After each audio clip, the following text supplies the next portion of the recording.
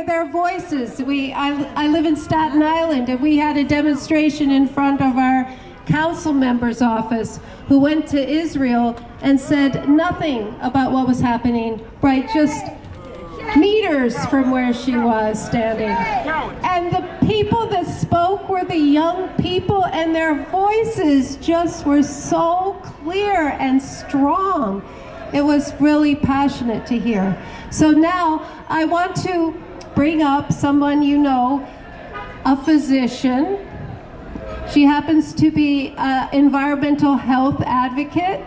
She organized the Climate Convergence for People, Planet, and Peace Over Profit. So who do you think I'm bringing up? Jill Stein? Yeah, you're right. You are right. So Jill Stein, who is the Green Party candidate for president, please take the mic.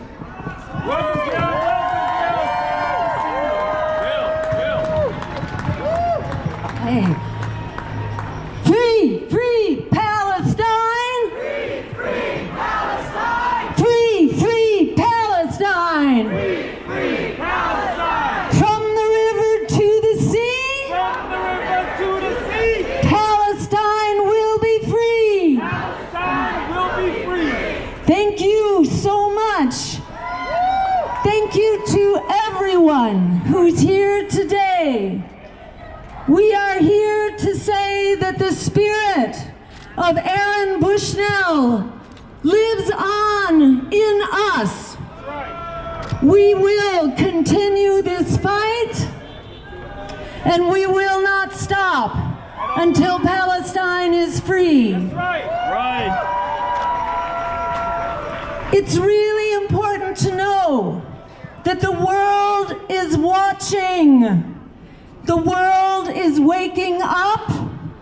The world is saying it is not okay to commit genocide for anyone.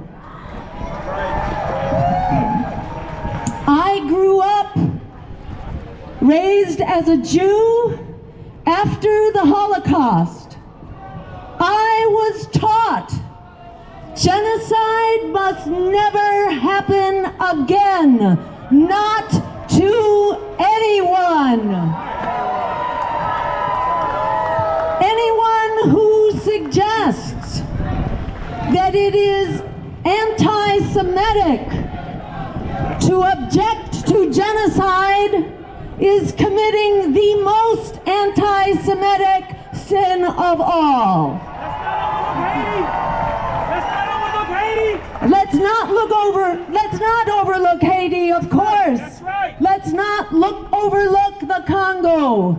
Let's not overlook 85 countries around the world where the U.S. currently is conducting so-called anti-terror operations in 85 countries around the world.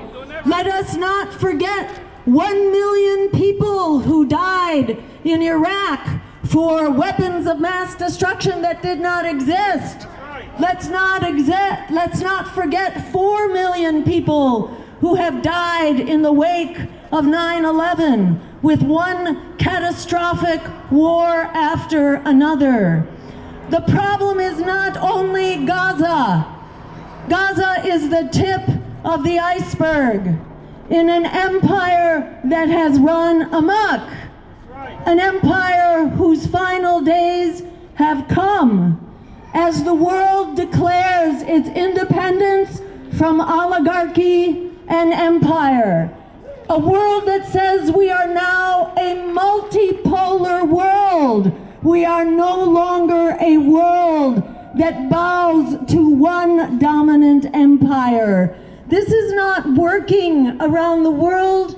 It's not working here at home in the United States of America, where 1/2 of our congressional budget is being spent on the endless war machine.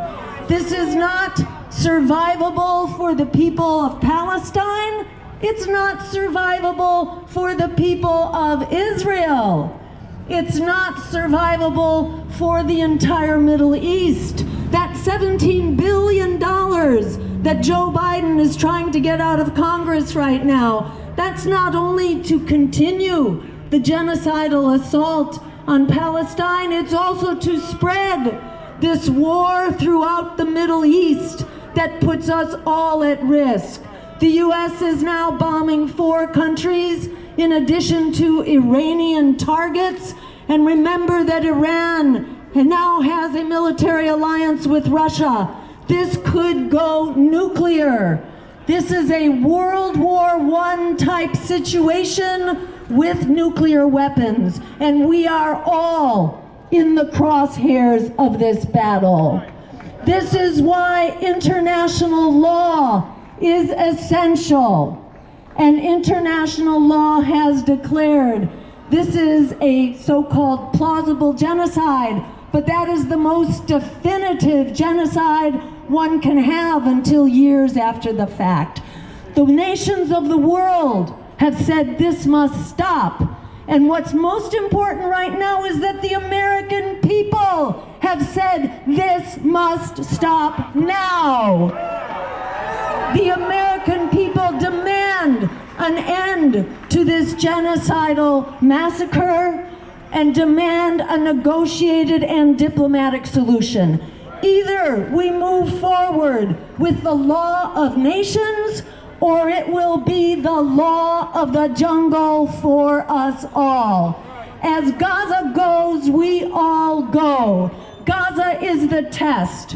Will we be a world that respects human rights and international law and our basic humanity, or not?